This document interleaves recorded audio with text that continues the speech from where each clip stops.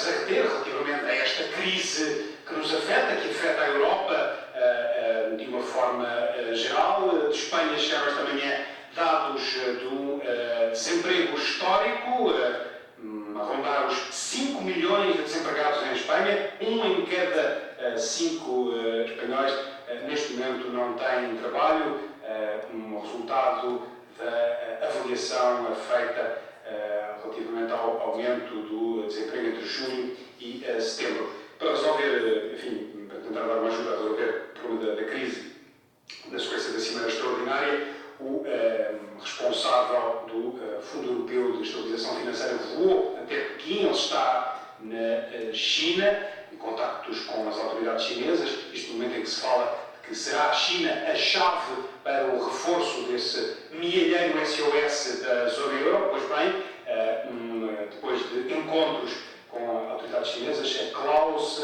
Regling já veio dizer que não há negociações formais com a China e que não haverá nenhum acordo fechado por agora com a China relativamente a esse reforço do fundo.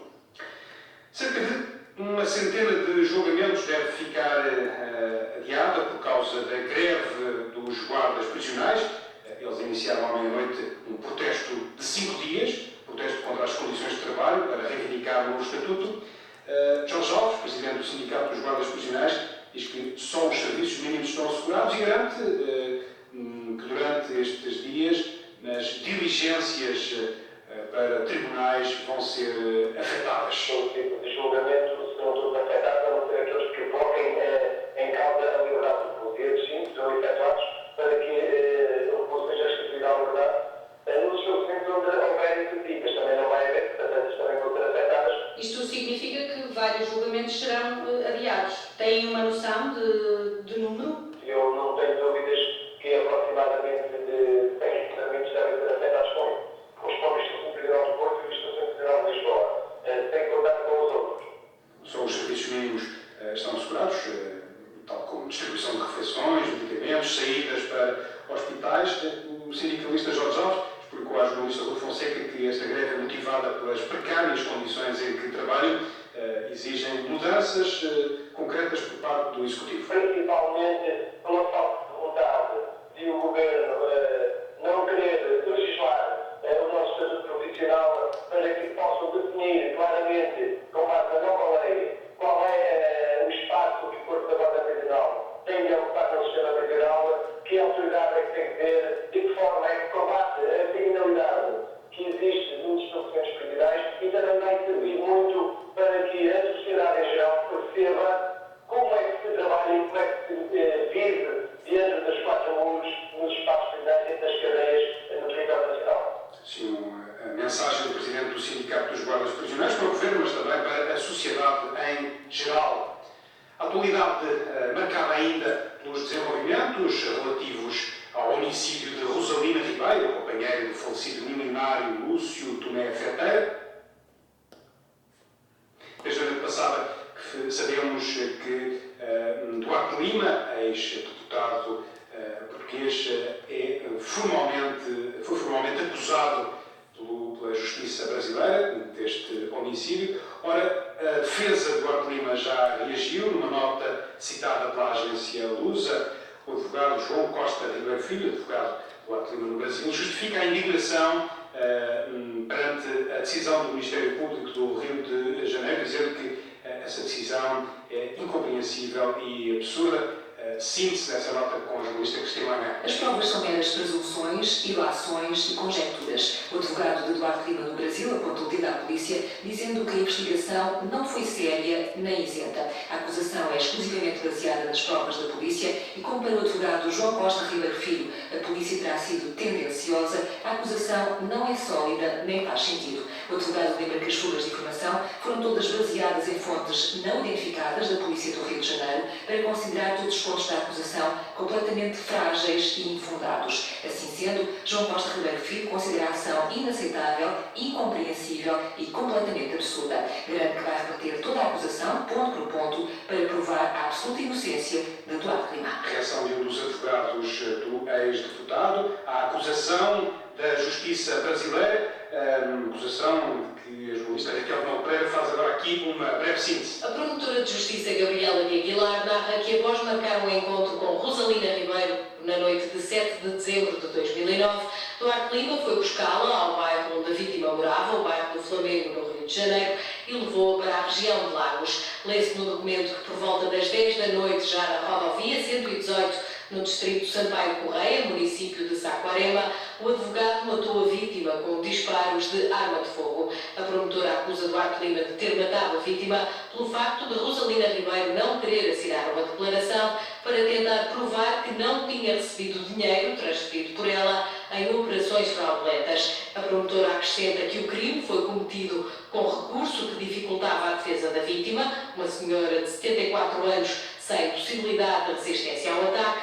Além disso, lembra a promotora que o crime foi praticado para assegurar a vantagem de outro crime, o auxílio ao desvio de valores do espólio de Lúcio Tomé Feteira. Tudo isto é um absurdo, já comentou o advogado Duarte Lima no Brasil. Ora, o ex-deputado é acusado por homicídio qualificado, um crime punível lá no Brasil com pena máxima de 30 anos de prisão efetiva. A acusação brasileira não tem, para já, necessariamente qualquer eficácia prática que possa, por exemplo, traduzir-se na detenção de Duarte Lima. Foi o que explicou à TSF o advogado ex-bastonário da Ordem, Rogério Alves. As autoridades portuguesas não estão submetidas a uma medida cautelar, neste caso a prisão preventiva, que é determinada por uma jurisdição estrangeira.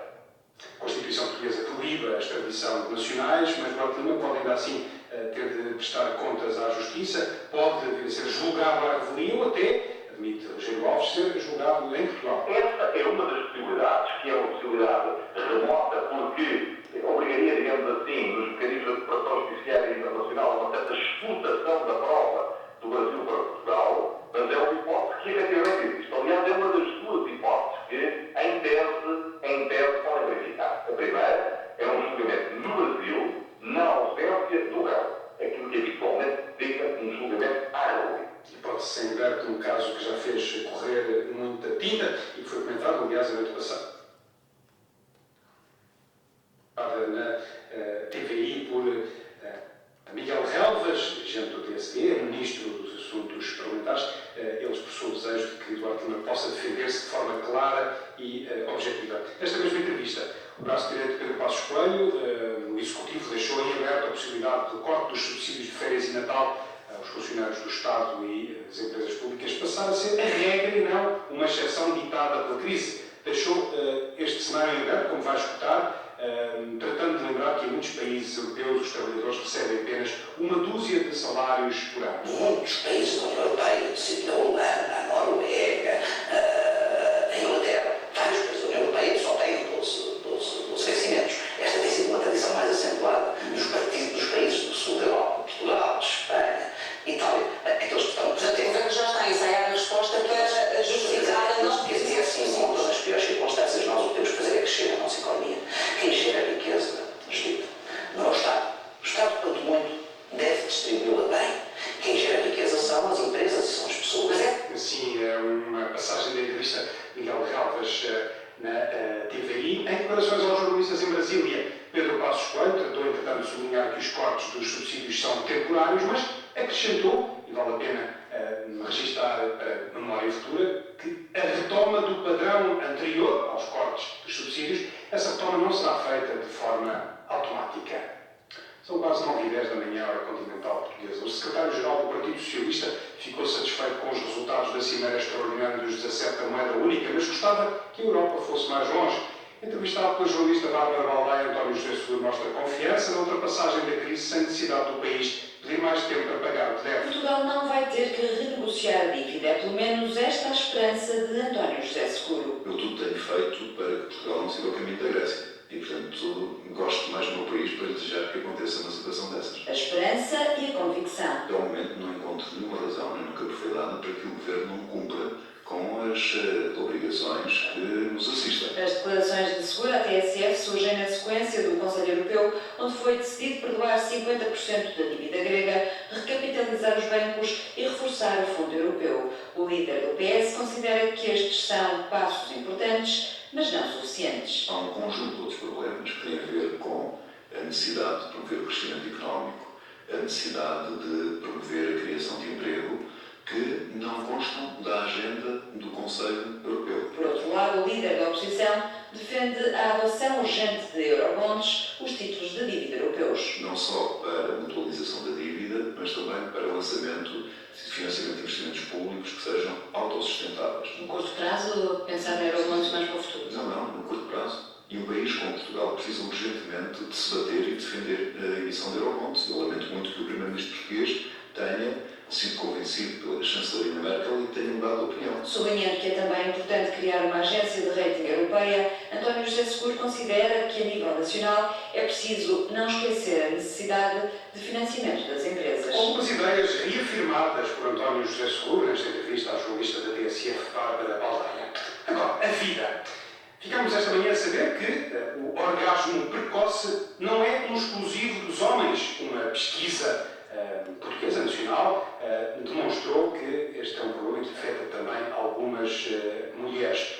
O inquérito foi conduzido por especialistas do Hospital Magalhães Lemos do Porto e concluiu, então, Nuno Guedes, que o orgasmo feminino precoce não é um mito e pode até ser um problema. Os investigadores admitem que as conclusões são polémicas, contrariam a ideia de que apenas os homens têm orgasmo precoce. Serafim Carvalho é sexólogo. São uma minoria, mas também existem mulheres com este problema. O objeto não existia e, em segundo lugar, se existia algum grupo de mulheres, não é um nível que causasse desconforto à própria pessoa. A pessoa tem um orgasmo e tem que parar, interromper a relação, ficar frustrada, chateada, culpabilizada e não querer continuar e ter que parar. Os inquéritos foram feitos em 2009, responderam 500 portuguesas. 40% tinham um orgasmo precoce de vez em quando. Para uma pequena parte, este ano, no entanto, um verdadeiro problema. Tivemos já 13,9% dos casos em que causava algum desconforto à própria pessoa e esporadicamente, digamos assim,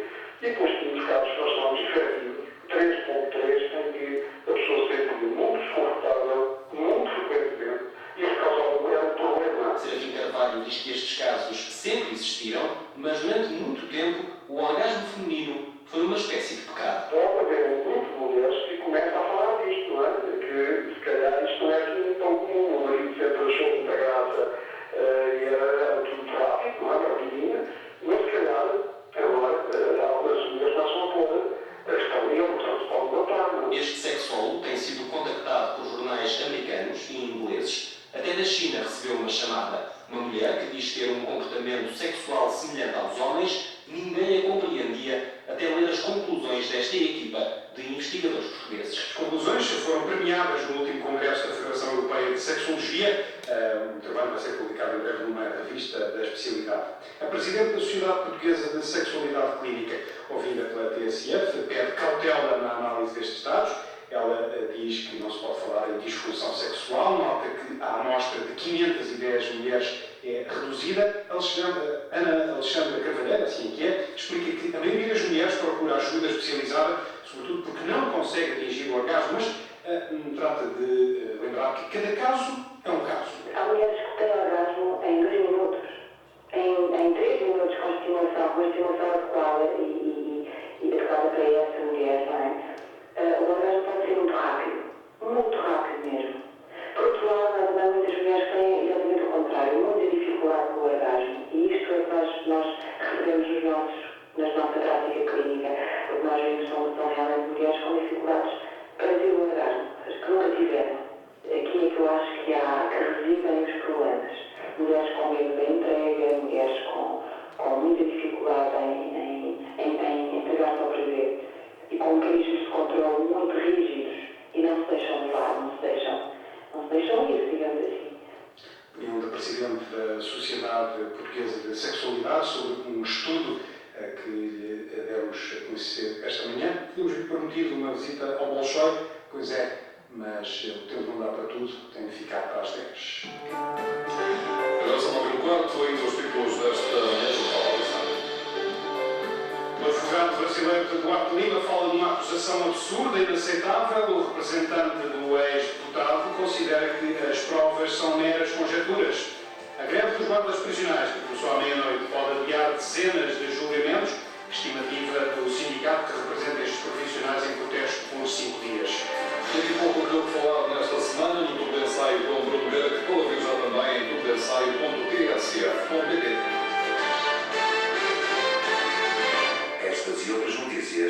TSF